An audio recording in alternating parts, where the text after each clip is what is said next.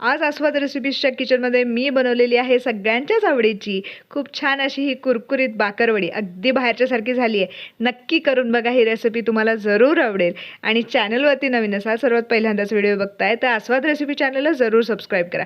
आता बाकरवडी करण्यासाठी आपण सर्वात पहिल्यांदा याचा मसाला तयार करणार आहोत। त्यासाठी 1 चमचाभर आपल्याला इथे बडीशेप, 1 चमचा तीळ, 1 चमचा जिरं, 1 चमचा धने घ्यायचेत आणि 7-8 मिऱ्या घ्यायच्यात। हे सगळं साहित्य आहे ते पॅनमध्ये आपल्याला 4 ते 5 मिनिटं अगदी एकदम लो फ्लेमवरती आपल्याला हे भाजून घ्यायचं आहे।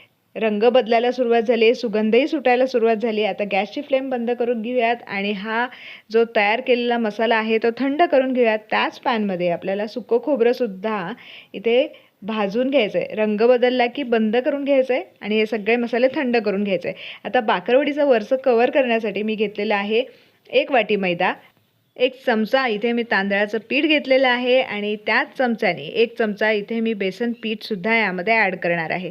हे तिन्ही पीठं घ्यायची आहेत, योग्य प्रमाण आहे, नक्की करून बघा। अगदी थोडंसं आपल्याला जिरं, मीठ घालून घ्यायचं आहे आणि ते थंडच आपल्याला इथे 1 चमचाभर तेल घालून घ्यायचं आहे। सगळं साहित्य पिठाला छानपैकी चोळून घेऊयात। त्याच्यानंतर आपल्याला थोडं थोडं पाणी यामध्ये ॲड करायचं आहे आणि घट्ट असा गोळा तयार करून घ्यायचा आहे। खूप साधी सोपी आणि मस्त रेसिपी आहे, चटपटीत अशा बाकरवड्या बनतात, नक्की करून बघा। गोळा आपला मळून झालेला आहे, 10 मिनिटं आपण बाजूला ठेवूयात। आता भाजलेलं जे सगळं साहित्य आहे ते मिक्सरच्या भांड्यामध्ये घेणार आहोत आणि या मिक्सरच्या भांड्यामध्ये आपल्याला घालून घ्यायचं आहे लाल तिखट, हळदी पावडर आणि त्याच्यानंतर आपण चवीनुसार मीठ घालून घेणार आहोत आणि हे सगळं साहित्य मिक्सरला छानपैकी फिरवून घ्यायचं आहे। म्हणजे बाकरवडीचं मधलं जे सारण आहे ते तयार झालेलं आहे। तुम्ही बघू शकता, मस्त झाले। तुम्ही टेस्टही करून बघू शकता आणि हे जर सारण तुमच्याकडे तयार असेल तर तुम्ही बाकरवड्या अगदी काही मिनिटातच करू शकता। ह्याच्यातला पिठातला एक छोटासा गोळा घेतलेला आहे, लाटून घ्यायचा आहे आपल्याला याच्या वरती लावण्यासाठी चिंचेची आंबट गोड चटणीसुद्धा लागणार आहे। ती माझ्या घरी मी करून ठेवलेली आहे, तीच यावरती सगळ्या बाजूने पसरवून घेणार आहे। तुम्ही माझ्या चॅनलवरती नवीन असाल आणि जर व्हिडिओ आवडत असेल तर आस्वाद रेसिपी चॅनलला जरूर सबस्क्राईब करा आणि मला सपोर्ट करा। अशाच नवनवीन आणि मस्त मस्त रेसिपीज मी घेऊन येत असते खास तुमच्यासाठी। तुमच्या घरात जर लहान मुलं असतील तर त्यांना या रेसिपीज खूप आवडतील, नक्की करून बघा।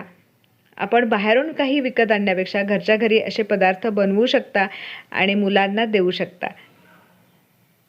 आता चिंचेची चटणी सगळ्या बाजूनी लावून झाल्यानंतर मी हा जो तयार केलेला मसाला आहे तोही सगळीकडून लावून घेतला आहे आणि व्हिडिओमध्ये दाखवते त्याप्रमाणे आपल्याला रोल करून घ्यायचा आहे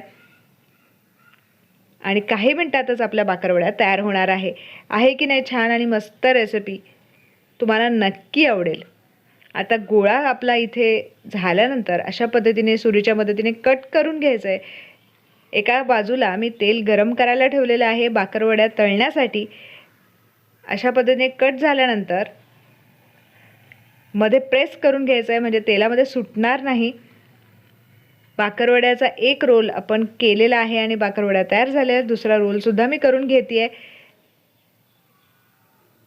आणि त्याच्यानंतर आपल्याला तळून घ्यायचं। तुम्ही तळू पण शकता किंवा एअर फ्राय पण करू शकता, काहीच हरकत नाही। दोन्हीही पद्धतीने खूप छान होतात या बाकरवड्या।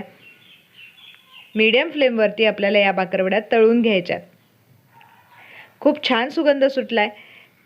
आपण या बाकरवड्या उलटून घेणार आहोत आणि सोनेरी रंगावरती आपल्याला ह्या तळून घ्यायच्यात। गोडाचे तसेच तिखटाचे प्रकार जे असतात छोट्या भुकेसाठी करणारे, त्यातला हा खूप सुंदर असा प्रकार आहे। खूपच छान दिसतात ह्या बाकरवड्या। तयार झालेल्या आहेत। एक बॅच तळून झाली आहे, दुसरी बॅचसुद्धा तळून होती आहे। अशाच छान छान रेसिपीसाठी आस्वाद रेसिपीला जरूर फॉलो करा। एक बाकरवडी मी मोडून दाखवते, खूप छान झालेली आहे। Thank you for watching my video. परत एकदा भेटूया तशीच एक छान रेसिपी घेऊन।